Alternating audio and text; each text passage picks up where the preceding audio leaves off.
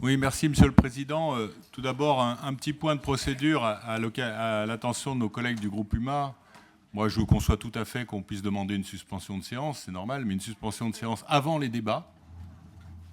On a des réunions de groupe. Si vous devez vous mettre d'accord sur des positions de vote, vous le faites comme tout le monde avant le Conseil et vous ne le faites pas pendant le Conseil. Voilà. Alors peut-être que vous nous demanderez une suspension de séance après, mais une suspension de séance avant, ça veut dire qu'on n'a pas réussi à se mettre d'accord avant, et nous, on n'a pas, excusez-moi, nous avez demandé 10 minutes, plus 5 minutes, plus 5 minutes.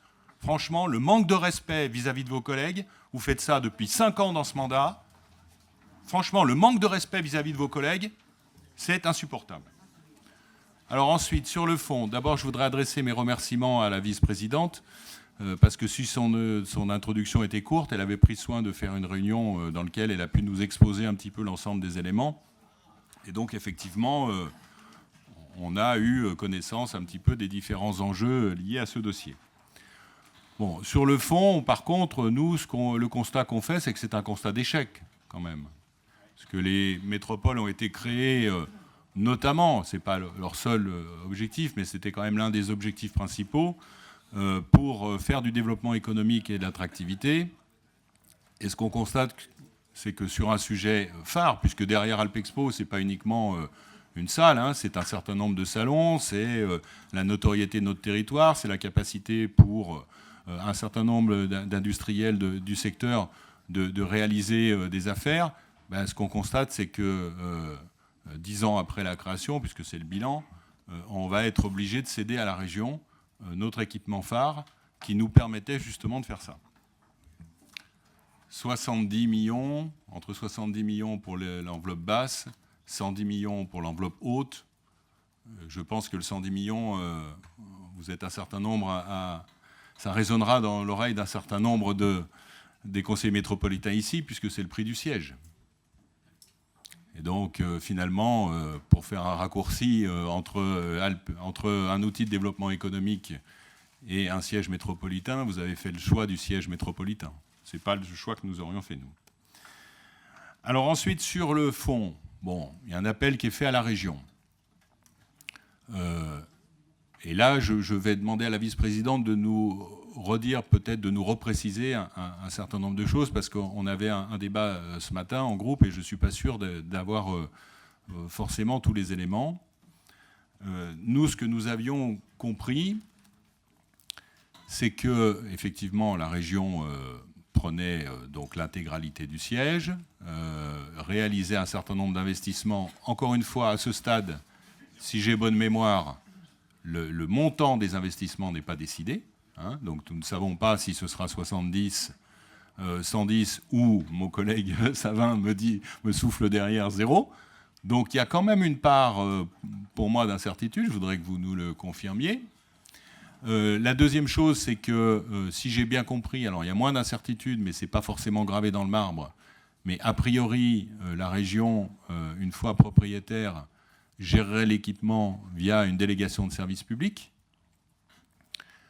Ce qui veut dire quand même, à peu près dans les deux cas, que nous perdons complètement la main sur cet équipement, il faut se le dire.